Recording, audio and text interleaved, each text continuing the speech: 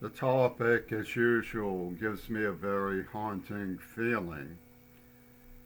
As you know, I have testified as a witness that COVID was a bomb, that it was planned by the Society for Human Ecology. They've moved me around from a private Dachau concentration camp experiment, special education field work that they pulled in the city of Pittsburgh while gunning for me through disturbing civil lines like Hustler magazine and the Department of the Police for testifying. The morbid Gurdjieff mystic and criminal assassin Robert Fripp of King Crimson, one of the masterminds of all of these atrocities, was someone who insulted the entire world by denying that the picture that surfaced of me as a child shows horrifying morbid trauma from this Dachau special experiment that they ran in the East Liberty District under Bernard Wattenmaker and his children of the University of Pittsburgh. We're being told in the city of Seattle I was moved to Tacoma after being in Mount Desert Island for the Holocaust experiment during the AIDS attack, that Peter Gabriel, a partner of this mad Gurdjieff assassin from Britain, called an experience park. In other words, gassing a child and deafening them in a Dachau experiment was just an experience of this disturbing concentration camp that took place in Hitler's Germany. They did it in Pittsburgh, PA. And he extended the same morbid cover story to the AIDS atrocity experiment that they conducted on Mount Desert Island before moving me to Tacoma for the COVID bomb. Now, this network of individuals are in control of the soothsaying music, and they speak of empathy. Clearly, the lie, the insult to every man, woman, and child on the planet Earth that Robert Fripp issued in denying that the photograph that surfaced to me shows severe trauma was something that they sell as empathy. What empathy? What empathy means for the city of Seattle is where I propose to begin, although I want to discuss with you Mount Desert Island today. What's happening in the city of Seattle is that a bunch of Tulsi Gabbard-style mercenaries who came home with friendly fire from war that they apparently opened their eyes about the United States, who they now feel is the enemy, have taken up Liverpool's bombast, Liverpool's Shakespearean epigrams grafted onto the persona of the hostage child in trauma as military tools for the plotted reversal of our entire national fortune. They kidnapped and tortured me because my father knew Eisenhower. Many of them were Jewish. They gassed me, they tortured me, they used a nerve agent on me, an unspeakable nerve agent. When I was 6 years old, a Kodak-dated photograph from 1966 was taken in front of a garage in the region where Cyril Wecht, Holocaust survivor, Grave Secrets author, and autopsist forensic coroner. In 1966, it was dated by Kodak. It's spray-painted picture of me in front of a garage with a spray-painted, "I love Sarah Saran." How is that possible? It is possible. It really happened. And it was sent to Jim Morris, who suppressed it. Now, Liverpool Shakespearean epigrams include the idea that I was a stolen yellow Lincoln and held in a stolen Beetle, a VW. And they switched these things around. They had me in Washington, D.C. And the night before Reagan claims he was shot, he came out and waved to me. And his agent who had me there insisted on trading me a Lincoln 20 for 2 Hitler stamps. They give me a brochure that says no such thing as subjective reality, only what the jury believes. Well, I was there. He waved to me the night before. What's this Pentagon Disney business? And all through these Liverpool Shakespearean epigrams grafted on what they called the persona. Greg Carl called me the persona. He said the persona is subsumed into a larger structure dominated by its adversary. That's what they mean by empathy. Subsuming the persona into a larger structure dominated by its adversary is what Seattle, Washington means by persona, by empathy. And what they mean by persona is complicated. They're academic magic tricks, psychological magic tricks. The crying, traumatized child who's being forced to lie to his parents, being a mask without a face beneath. They like to live. A golem, in other words. Now, throughout all of this, you had Michael Reagan saying, my father didn't know, my father didn't know. I demand to see these epigrams. And there was one thing he wanted to see more than ever anything else, was what they did to me when I was 9 years old. The earth revolves around the sun. For Michael Reagan, what they did to little Jimmy at age revolution of the earth around the sun, number 9, was his favorite scene. He had to see it some more. He had to hear it some more. He couldn't stop. Nothing could deter him from knowing more. And they sent in interrogators, cruel, ruthless interrogators, crying at trauma, crying at humiliation, vomiting memories, terror, threatening the whole time, threatening to inject him as a laugh for Penis Gabriel. This is Penis Gabriel's territory. He put out The Lamb Lies Down on Broadway, which is a man all covered with lumps who was going around raping people. This is his mentality, sexually transmitted diseases and rapes. And he's working with Yoko Ono from the Neva Corporation, all of whose symbolisms are the same. C and a Star of David. A Star of David. They gassed me in Kansas State and tortured me and had my pedophile bond. But Seattle is where the persona is subsumed into a larger structure dominated by its adversary. Christian sex film making pedophile cult in Seattle of homosexuals from Warhol working with Neva Corporation saying injecting people is just a joke, injecting people is just a joke. Setting off the COVID bomb, 911, bombing us with AIDS to begin with. Injecting people is just a joke. Injecting people is just a joke. Putting semen in my coffee at Red Elm, 3 blocks from where I'm forced to live. Injecting people is just a joke. And people are dying from poison crimes. So, this is just a joke from the Society of Human Ecology, supposedly, according to Robert Fripp and Penis Gabriel. And apparently, the government of the state of Washington, I shouldn't name because they'll arrest me for threatening them. I'm not threatening anybody. I live home. I don't own any weapons. See, the resistance is disallowed by the resistance, any form of resistance in the state of Seattle. Why? Because the persona is being subsumed into a larger structure dominated by its adversary. And if you resist, that ain't empathy, dude.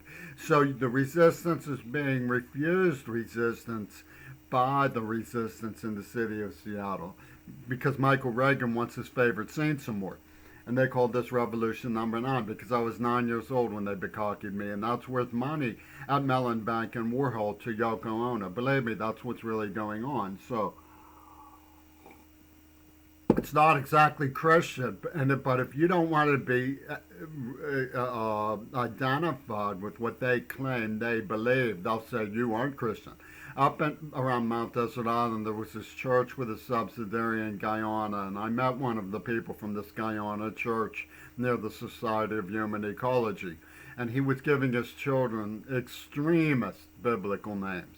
Okay, and so it's sort of like Frank Zappa and his extremist gonzo children, and they are allies in this whole thing. Don't make any mistake.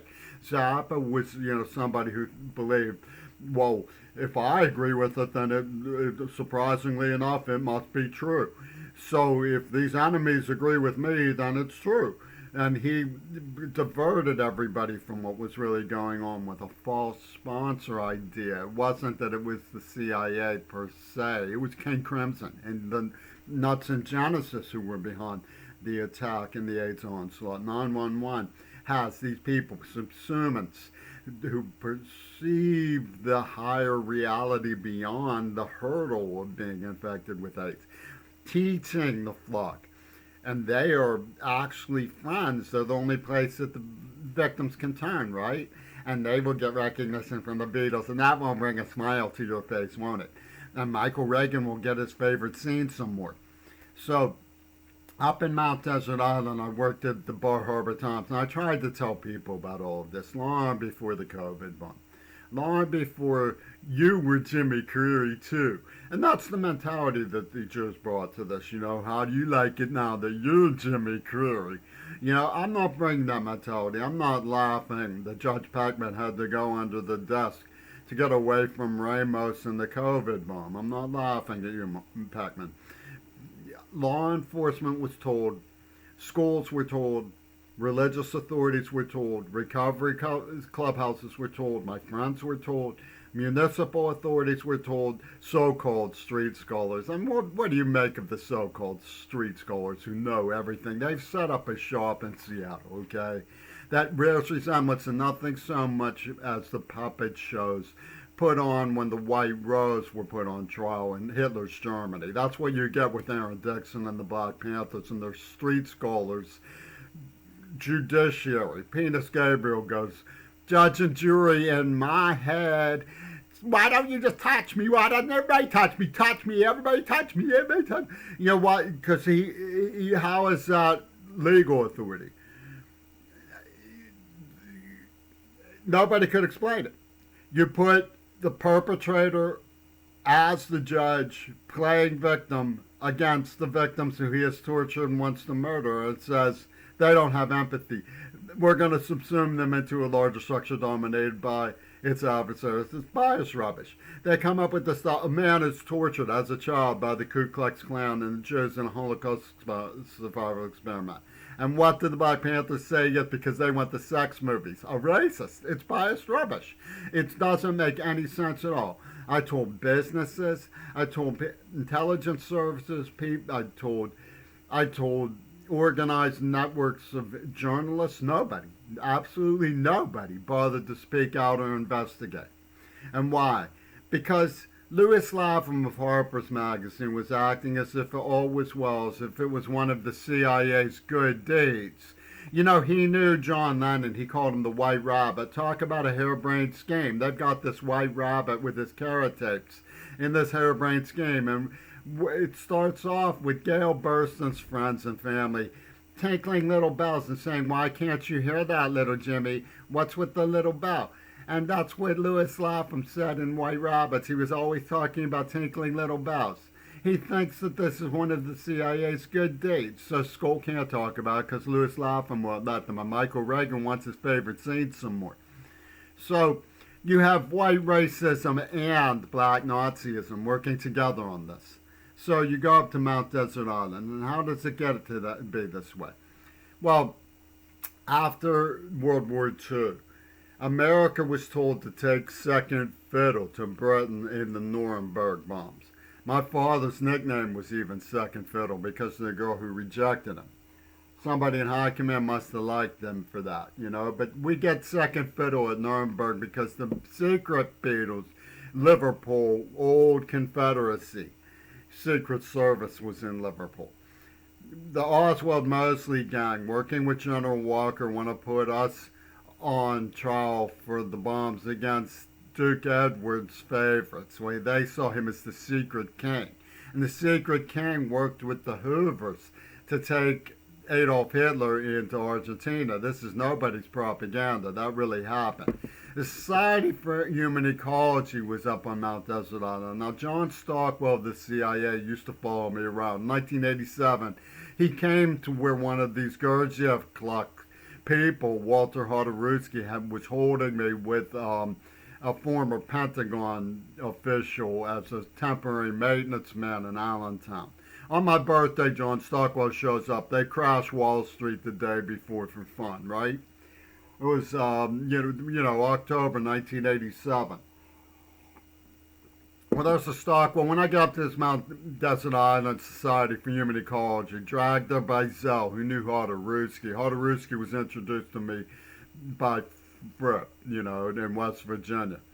He's got this guy who's been talking about scheme to transform the human race by injecting the blood before AIDS started, setting up this AIDS word game of secret sex on Mount Desert Island for Penis Gabriel's experiment part stuff, right? So he has the Society for Human Ecology being run by John Stockwell and Fitzgerald or whatever her name was who wrote Fire in the Lake, one of Stockwell's proteges. In fact, after I hitchhiked from Pittsburgh to St. Louis in 1979 to see Robert Fripp, Toba Levinson, who employed the girl, the friend of Gail Burston with the little bells, saw me, and she had recommended Fire in the Lake to me as the best book in her bookstore. My stepfather and mother took hundreds and hundreds of murder mysteries that they had in their cellar to Toba Levinson. Toba Levinson is someone who knew about the Dachau concentration camp I was tortured in as a child. She said, "Oh, well, I look like I come from somewhere very stressful but euphoric, when I came home from hitchhiking to St. Louis and back." So, there's people want what they call sexual access to dialectical UWism stamped out. Keep your distance, social distance, no more. Because we've polluted the climate with our scientists for the Cold War, and now we've got the science for the Cold War some more by stamping out what they call sexual access. And people said, "Oh, well, you were lured. You wanted to have some." What happened? I saw the crime at the medical library where they stationed me in 1984. I saw the horrible photographs before there was treatment of AIDS, and I heard them banging on that people were unhuman. The gay community has always treated me like unhuman. They've chased me around for the people who started AIDS, saying, "We're going to inject you if we don't get those child pedophile films." But the truth is that I was concerned about them, and I thought, well, it may be putting my life at risk, and I'll get to life at risk because that's a big play with Tulsi Gabbard up here in Tacoma and what they're selling with the COVID bomb. You should die for your country. You should die for the economy. The old should die for the young. You should die for this. You should die for that. They like the applications for sainthood a mile high show up on Martin Sheen's desk. And they're like, well, he is in sainthood. He is in sainthood. He should have to die. Okay, well, the point is I knew that I was putting my life at risk. But I thought if they're going to set up a war testing operation, they're going to do it by attacking the values that are at risk, which is I wanted to get married, true, but I was dislocated from that. Pittsburgh was a urchin culture where people were, "Oh, I think I love you. Oh, I changed my mind. I think I love you. Oh, I changed my mind." And that's the value culture that's being stamped out. We must stamp it out, And I thought, well, if I play into this, I'll get the information. I got more than I expected. It turned out that the queers were in on it. "We're going to inject you. We're going to inject you. It's just a joke. It's just a joke. COVID's just a joke. We're killing people. It's just a joke." That we're subsuming people into a larger structure dominated by the adversary. That's empathy. Okay, so we know what's going on now. I mean, they killed 4 more Kennedys. So, who was up in the Society for Human Ecology? These poisoners had a man named Noah Gottlieb. His father, I don't know if his father was related to Sidney Gottlieb, the famous MK Ultra experimenter of LSD on children and so forth. The Beatles thought was so great. They made their career in music from the victims of that. And, of course, subsumed them into Greg Carl's larger structure dominated by the adversary. But these poisoners, Noah Gottlieb, his father, I don't know if he's related to Sidney Gottlieb of the MK Ultra, but Osmond, one of his partners, was being funded by the Society for Human Ecology, who run the College of the Atlantic, where Noah Gottlieb went to school, where they made this experiment. His father is a psychiatrist who he introduced me to. He says he doesn't get to meet anybody who doesn't kill at least 5 people. He works mostly with veterans. So, the walrus worked. Oliver Stone was celebrated. We got Jimmy ensnared in abortion. Joanne Carpenter hated me. She was there. Richard Borden, no relation to Biden, was there. Said he only didn't have CIA money because of the cutbacks. He was at Kent State. Elizabeth Banwell, that was before Wiswell, when Town Liquor poisoned me in the stomach, and my Wizzy had to be tested, and Wiswell was put at the bank. Elizabeth Banwell was someone from the upper middle class who I saw through the lens of the good life because she let me live in her watch when she was on vacation. She let me watch this beautiful house she had, and of course Norristown Zoe was up there. So the Goblins, working with Peter Gabriel from Guyana Church, were no doubt up there. So I had hitchhiked from St. Louis to hear Robert Fripp play, and met Harder-Ruski, who knew Zoe, at Robert Fripp's headquarters. I spoke with my nephew Stephen before I left for St. Louis. I had hitchhiked down to Mark Gibson's farm to see Myron, because I thought I had the date wrong. I was given the wrong date for the Fripp concert. Myron came up to Pittsburgh because he wanted to hear Fripp. He didn't want to hitchhike to St. Louis. His sister, Dolly, they knew the Hammers and the Shionos back in East Liberty, who set up the kidnapping and torture. His sister Dolly was mentioned in a book with Sean Straub, who was outside the Dakota with John Lennon, Yoko Ono, and Mark David Chapman, and the double that they used when they claimed they killed John Lennon. Well, he pulled his Houdini. Dolly, Straub gave himself. Straub is one of these people who, for Sheen, has a higher form of sibling, romantic shyness, because he injected himself with AIDS, and that's just a joke. That's just a joke. We're gonna get you. They poisoned me in the stomach and stuff. So they everybody plays second fiddle to Straub, and Foucault is the guru of the people in Mount Desert Island. Now, they're all very intimate with like the mentalities of Brian Eno. They seethe with thinkingness. They call themselves mentalists. They work, and they say they're military shamans. They project into the psyche, and the victims need 911 now. They need COVID. They need to see you as Jimmy Carrey this time. So this is how the Jews mentalized the whole thing. But they said, well, what would you have done? Because they were in glee about their impunity, just like Donald Trump. We can spread it, nobody can stop us. It's a natural cause.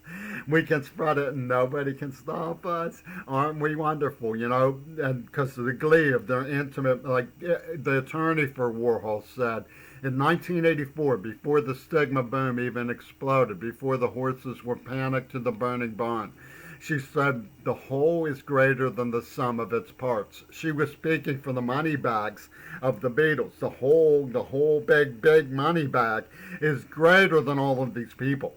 That's what she was saying. And she was, of course, a partner of these Trump maniacs. And now they're green. Oh, please, they're green. How wonderful. So you have this situation in Pittsburgh with Warhol coming in. And they're mentalizing, making everybody they call themselves real love, but they're capable of nothing but toxic emotion. That's all they're capable of. They create hate and call it logotherapy. They create evil and call it shamanism. Okay, they're nothing but evil, and they call themselves real love. Oh, please. So she comes in, what would I have done? They're saying, well, we'll look at you, what you did. I followed the logic to try to get evidence is what I did do. What would I have done if I had known? Would have stopped, said, social distance, compassion. Tell the victims that they were betrayed. They're victims, but we're protecting others who they care about. That we're going to do our level best to stop it before it gets out of hand. What else? What do you think? But no, for them, the whole is greater than the sum of its parts. And they resent that you don't want to be subsumed into their White Rose trial at the Black Panther headquarters. They resent that. So Michael Reagan wants his favorite scene some more. You know, so I don't feel better, Peckman, knowing that you ducked under your desk from COVID, knowing that you're Jimmy Creary now. I don't feel better. I feel sick. I told law enforcement. I told education. I told the judiciary. I can prove that. I told media. I told newspapers. I told city council. I told these stupid street scholars. I told intelligence services. I told businesses. I told everyone with civility in religion and media what was going on. Nobody paid any attention at all. They didn't care. They were doing one of these. Mr. Rogers thinks you played hooky. Mr. Rogers thinks you played hooky. That's the only thing they could think about. Talk about being obsessed with sex. Michael Reagan wanted to see his favorite scene some more. To distraction. So you have these people, you know, who for whom familiar cosmoplanetarians now call themselves, where resistance is disallowed to the resistance by the resistance, whose theme is that familiarity has bred contempt. And they dare you to believe that they are real. They'd much rather make faces at you than think clearly about what the possibilities might have been if they had listened to common sense and practiced some common decency. What's next? What are they going to do next? Michael Reagan's going to need to do something if he's going to get his favorite scene some more.